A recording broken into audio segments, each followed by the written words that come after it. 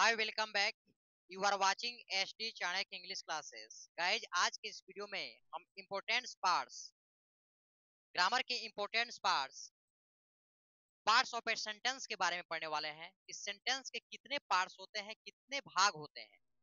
चलिए इस वीडियो के माध्यम से हम सेंटेंस के पार्ट्स के बारे में जानेंगे और समझेंगे। चलिए डेफिनेशन के माध्यम से समझते हैं कि किसी भी सेंटेंस के कितने पार्ट्स हो सकते हैं, किसी भी सेंटेंस के कितने पार्ट होते हैं और वे कौन कौन से हैं। इसके बारे में हम इस वीडियो के माध्यम से समझेंगे और पढ़ेंगे।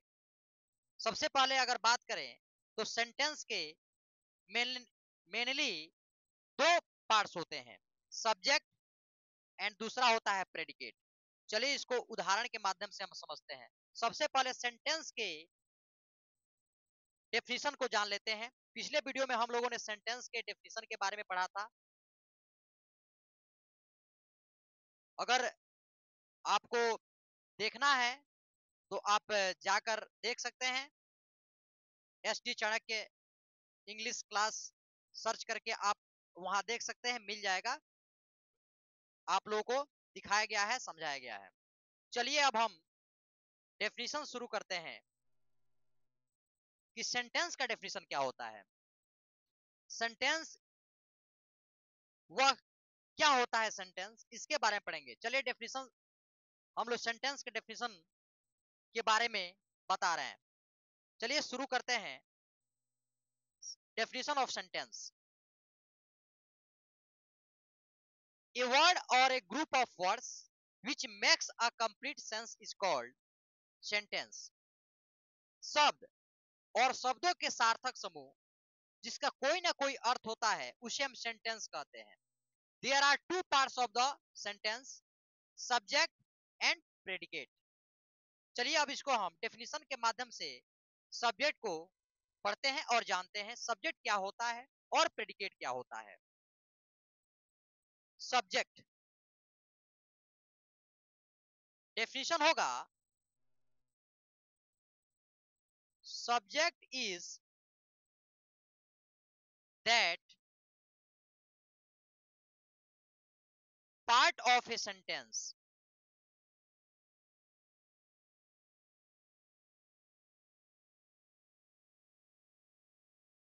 subject is that part of a sentence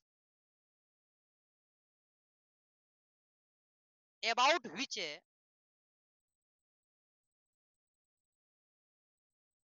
something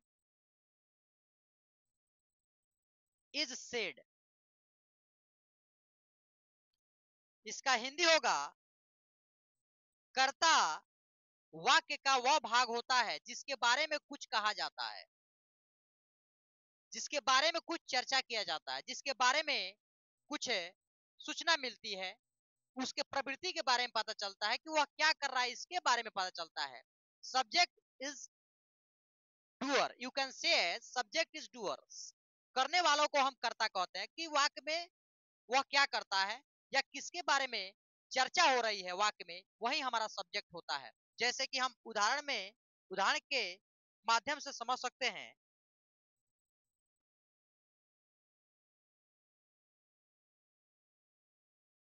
Ram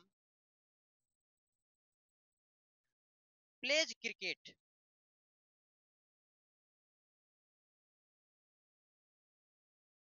my brother bought a new car. यहां पे सेंटेंस देखेंगे। एक और उदाहरण ले लेते हैं।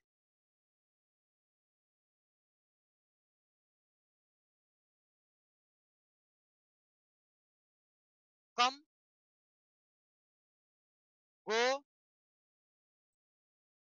और इड।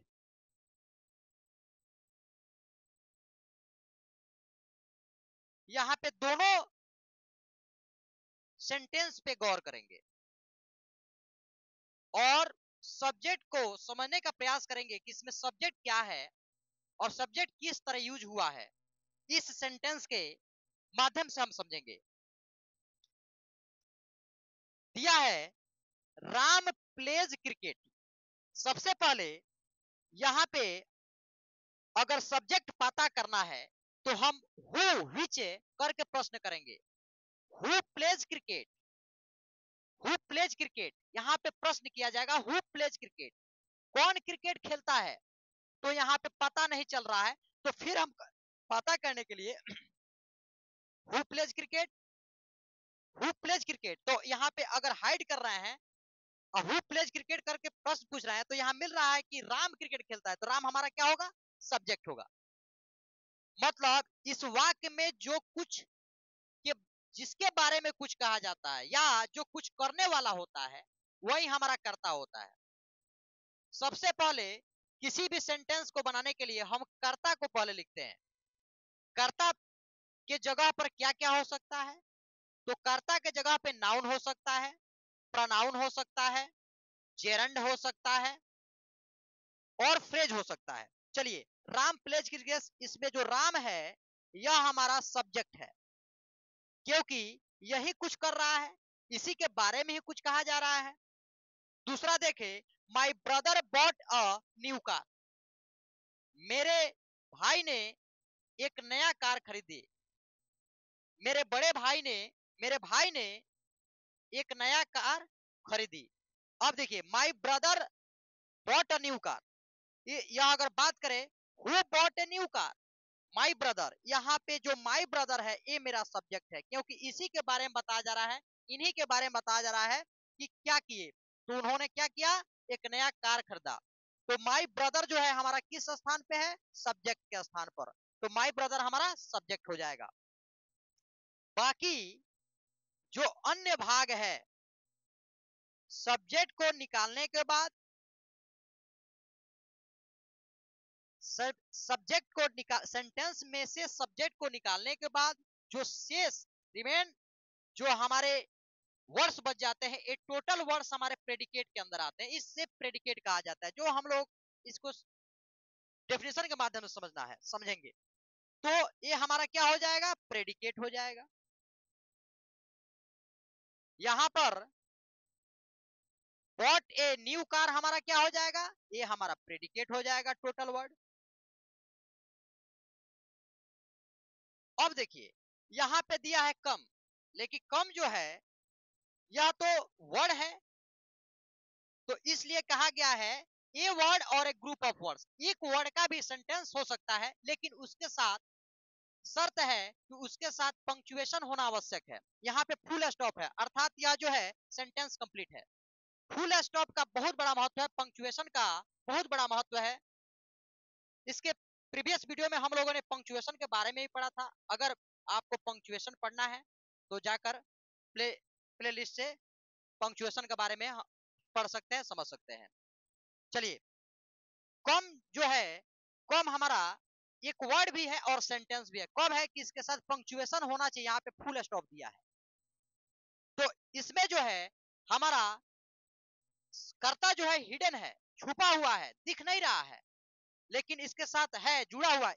कम का मतलब आओ, किसी को बुलाया जा रहा है, तुम आओ, यहाँ पे तुम क्या है, छिपा हुआ है। कम जो है हमारा एक सेंटेंस के रूप में है, तो कम हमारा सेंटेंस का उदाहरण हो सकता है। इसके साथ जो है पंक्चुएशन हमारा फुल स्टॉप है, मतलब यह सेंटेंस को पूरा कर रहा है।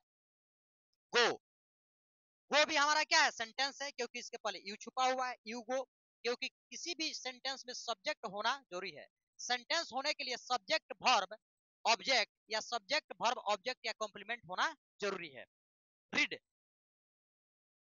रीड जो है यह भी हमारा क्या है, यह भी हमारा एक वर्ड भी है और सेंटेंस भी है। कुछ ऐसे इडियम्स होते हैं जो टोटल सेंटेंस होते हैं, इडियम्स हमारे टोटल सेंटेंस होते हैं। Honesty is the best policy, honesty, यहाँ पे ऑनेस्टी जो है यह हमारा नाउन का काम कर रहा है, इसलिए हमारा जो है वह सेंटेंस को कंप्लीट कर रहा है, वो उसका उदाहरण है सेंटेंस, वह सेंटेंस का उदाहरण हो सकता है। अब हम लोगों ने सब्जेक्ट के बारे में पढ़ा, अब चलते हैं डेफिनेशन के माध्यम से प्रेडिकेट को पढ़ लेते हैं और जान लेते हैं।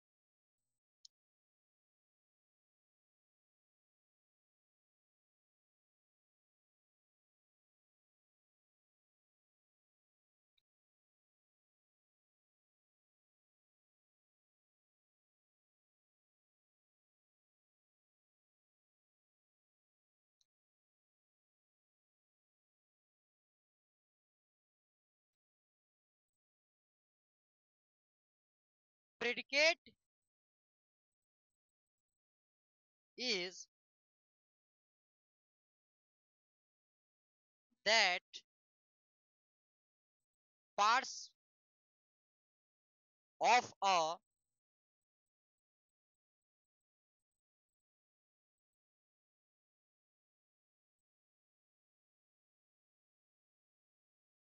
sentence. Predicate is that parts of a sentence which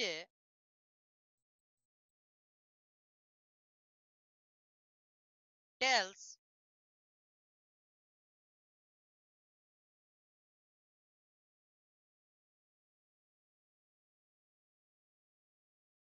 which tells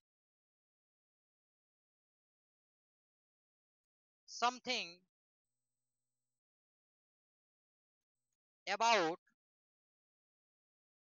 the subject. Predicate वाक्य का वह भाग है जो कर्ता के बारे में कुछ बताता है, कर्ता के बारे में कुछ कहता है। इसका परिभाषा होगा, विधेय वाक्य का वह भाग होता है जो कि कर्ता के बारे में कुछ कहता है। चलिए इसको हम उदाहरण के माध्यम से समझ लेते हैं।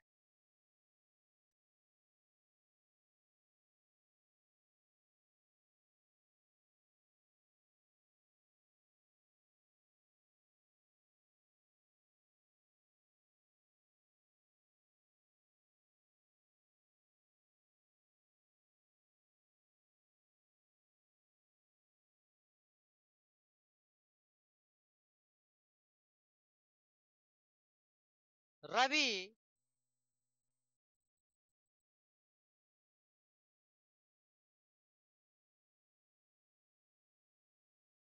goes to school every day. I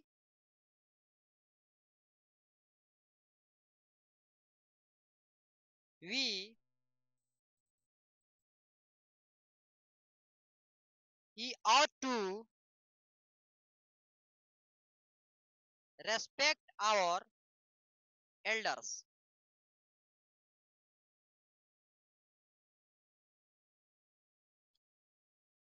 यहां पर जो है यह प्रेडिकेट को इस एग्जाम्पल के माध्यम से हम लोग समझने का प्रयास करेंगे।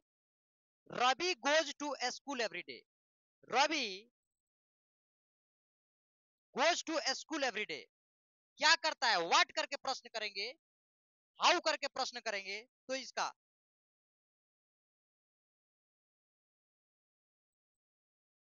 व्हाट डज रवि, रवि क्या करता है, तो Ravi goes to school, goes to school every day, Ravi प्रतिदिन विद्यालय जाता है। तो बाकी जो है सब्जेक्ट के बाद जो बचे हुए रिमेन हमारे वर्ड्स होते हैं, टोटल प्रेडिकेट हो जाएंगे।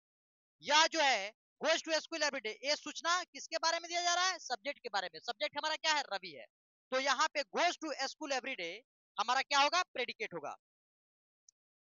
सब्जेक्ट के उदाहरण के माध्यम से हम लोग समझे हुए थे कि सब्जेक्ट के बारे में जो वर्ड्स सब्जेक्ट के बारे में बताता है या कहता है, उसके बारे में कुछ सूचना देता है, उसे हम क्या कहते हैं, प्रेडिकेट कहते हैं। और सेंटेंस में जो कुछ करता है या जिसकी चर्चा की जाती है उसे हम सब्जेक्ट कहते हैं। We ought to respect our elders, हमें अपने बड़ों की आदर करनी चाहिए। हमें अपने बड़ों की आदर करनी चाहिए। क्या करनी चाहिए, तो बड़ों की आदर करनी चाहिए। तो यहाँ पे हमारा प्रेडिकेट क्या होगा, तो आउट रेस्पेक्ट आवर एल्डर्स हमारा प्रेडिकेट हो जाएगा, और वी हमारा क्या हो जाएगा, तो वी हमारा सब्जेक्ट हो जाएगा। मैंने बताया है सब्जेक्ट के स्थान पे नाउन हो सकता है, प्रनाउन हो सकता है, फ्रेज हो सकता है, या जेरंड हो सकता है।